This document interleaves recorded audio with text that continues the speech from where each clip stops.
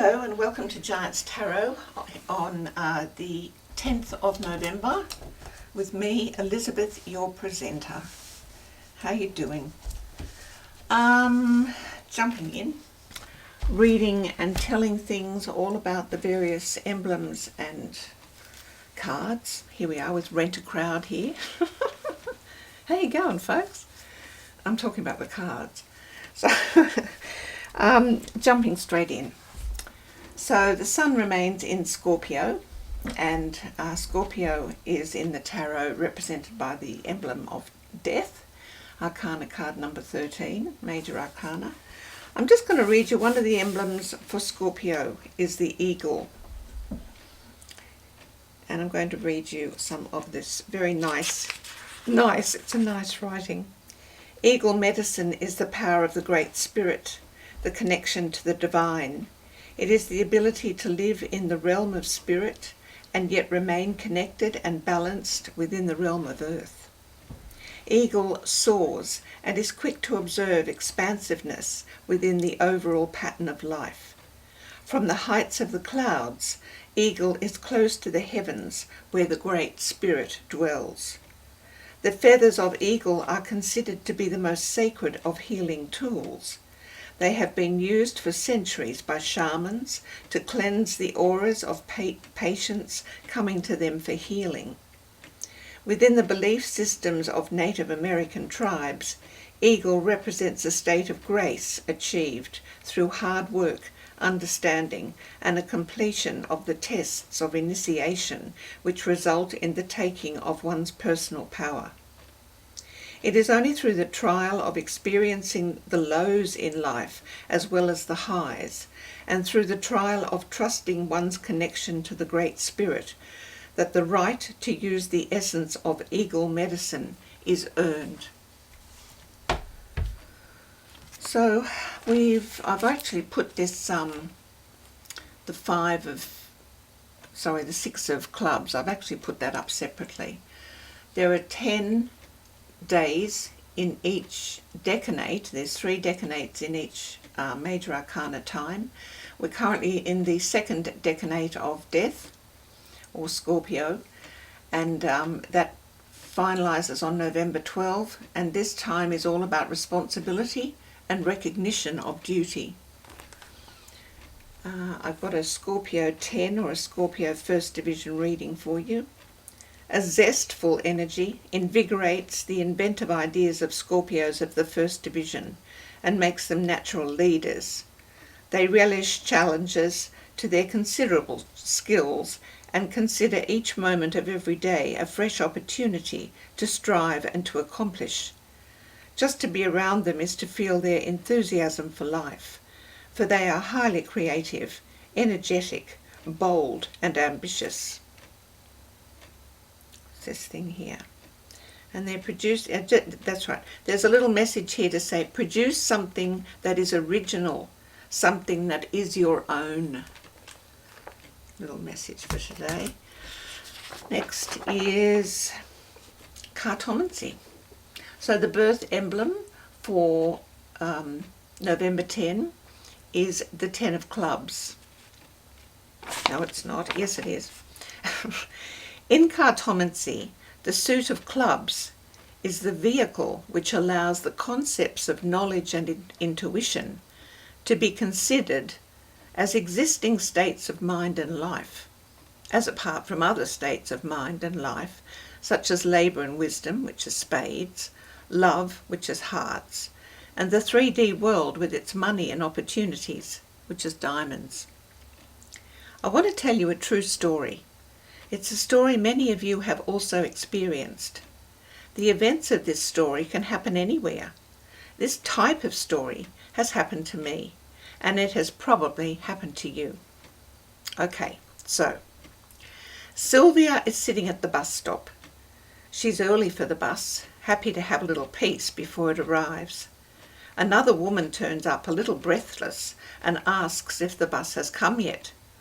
No, we've got about 10 minutes, I think, says Sylvia. The other woman is relieved. Oh, good, she says. I can't find the timetable at home. Nice to have a little time to myself before it comes. Sylvia agrees. They start chatting.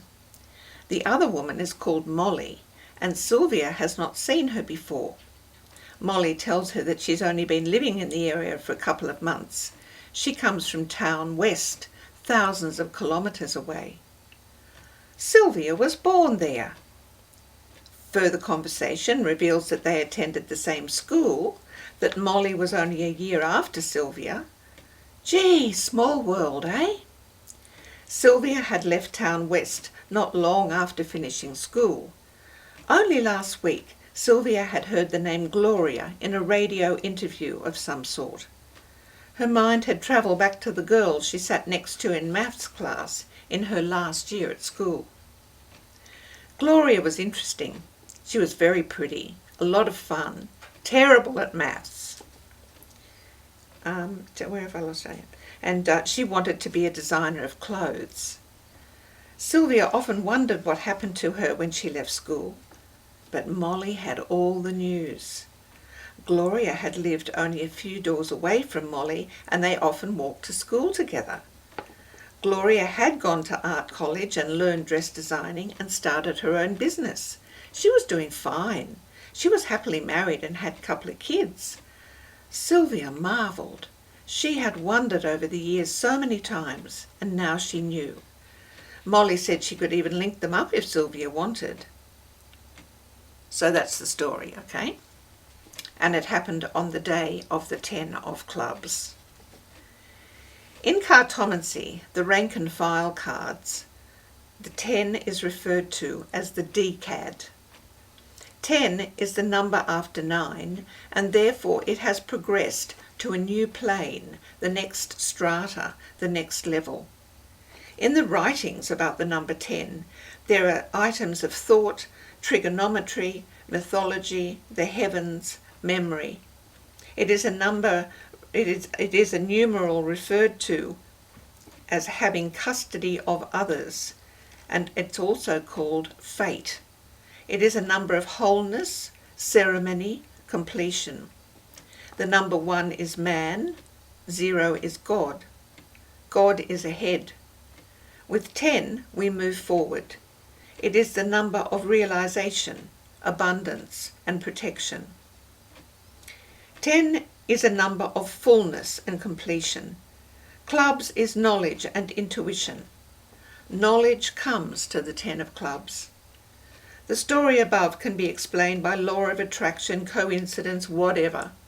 But the thing is, Sylvia had wondered often about Gloria, and she eventually found out on the 10 of clubs day. That's all I will say about the 10 of clubs at the moment. I know that 10 of clubs people eventually learn all sorts of things, and not by asking questions. Being aware that they do not know about something, the information comes to them. There is so much more to write about the 10 of clubs, but it's enough for today. May all information that comes to you today be a blessing to you.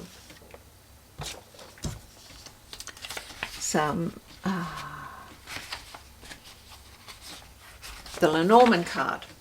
So, which is the 10 of clubs looks up to heaven and sees the Jack of Spades. I told you I wasn't going to write it all today. But there are other 10 of clubs days, so I'll flesh it out a bit more next time. The Lenormand card is the child, it's number 13. A fresh start, new things, something small. In Korea, a child is a card of new beginnings. It's about starting over and having something new entering your life. If new things are entering your life, surrounding cards will indicate what those items may be. Well, we've got the 10 of clubs, we've got the death card, we've got the 6 of hearts. There's a bit there. Oh, and there's some colours. The colours for today are bronze and yellow. In Korea, the child card can refer to a new job, a new career, short-term, temporary or seasonal work, or a career involving education. And in health, traditionally the Lenormand card refers to childhood illnesses such as the measles or chickenpox. Some numerology. Look, I've got pages of it, but I'm just going to read a little bit here. 10 is a compound number, a 1, followed by a 0. Zeros amplify. So 10 equals 1 with oomph, because the 1 is no longer alone. The 1 has gained the spiritual power that is represented by the mystical number 0. You could say 10 is 1 as a completed force, be it positive or negative. The 10 often gains either fame or notoriety. Now we'll look at what Glenville Kleiser says on November 10. Do the most important things first. Waste no time on trifles and non-essentials. The daily squandering of a few minutes amounts in a year to many hours. What principally differentiates the higher successful man from others is his discriminating use of time. Cultivate a proper sense of values as applied to your daily interests and activities. At the beginning of each day, determine what are the essentially useful and valuable things for you to do. Keep them clearly before your mind and apply your best powers to their accomplishment. When possible, do the most important things first and try to complete them. Be sure that you are engaged in work worthy of your abilities and that your best efforts are being steadily directed towards a great ideal. The Theosophical Society says concerning the 10th of November, reach nearer to the centre of life, which is the same in the universe and in yourself, which makes you careless whether you are strong or weak, learned or unlearned. And the birthday book, let me get my thing. The birthday book says, the love of old associations and old ways is strong in those having this birth date. An apparent simplicity masks a very shrewd mind indeed. Favourable occupations are that of dealer in antiques or any business to which ye old can be made to apply. Custodians, curators, and the humblest rural guide stand to reap the benefits of this birth date. A partner should be an adept at human character reading. And finally, this is a bit of a long one, but considering what we're really learning about the world, it's good to see where we've come from. So I'm going to read it. What is a map for the 10th of November? A map is a drawing of the Earth's surface or part of it on a flat surface such as a sheet of paper, linen or parchment. A map can never be accurate simply because it is on a flat surface, while the surface of the Earth is curved. The only way the Earth can be mapped properly is on a globe. Map makers or cartographers transfer the curved surface of the globe onto a flat plane by means of a projection. There are several ways of projecting an area onto a map, depending on whether it is wanted to be correct for direction, area or shape. Perhaps the most famous projection of all is Mercator's, devised in 1568 by the German Gerhard Kramer, or Gerardus Mercator. This projection is probably the one used in your school atlas. The trouble with it is that it makes the Earth as wide at the poles as it is at the equator, enlarging quite small countries until they appear as big as continents. The earliest map makers were the ancient Egyptians, who made their first attempt 1400 years before Christ. These ideas were improved later by the Greeks, and in about AD 150, another Egyptian, Ptolemy of Alexandria, used lines of latitude and longitude, which prepared the way for our own modern maps, but most of the world was not yet known. Making accurate maps is a very skilled job. There has been a great increase in accuracy since the invention of camera, particularly since people began to take aerial photographs from planes and satellites, which show not only the outlines but also the shape of the Earth's surface. Well, with what they're saying about flat Earth and the rest of it these days, who knows? Somebody does. Maybe the 10 of clubs. I'm going to leave you with it, friends. Have a great day. Be the giant you want to see, and I hope there's some good ideas for you today. Love yous.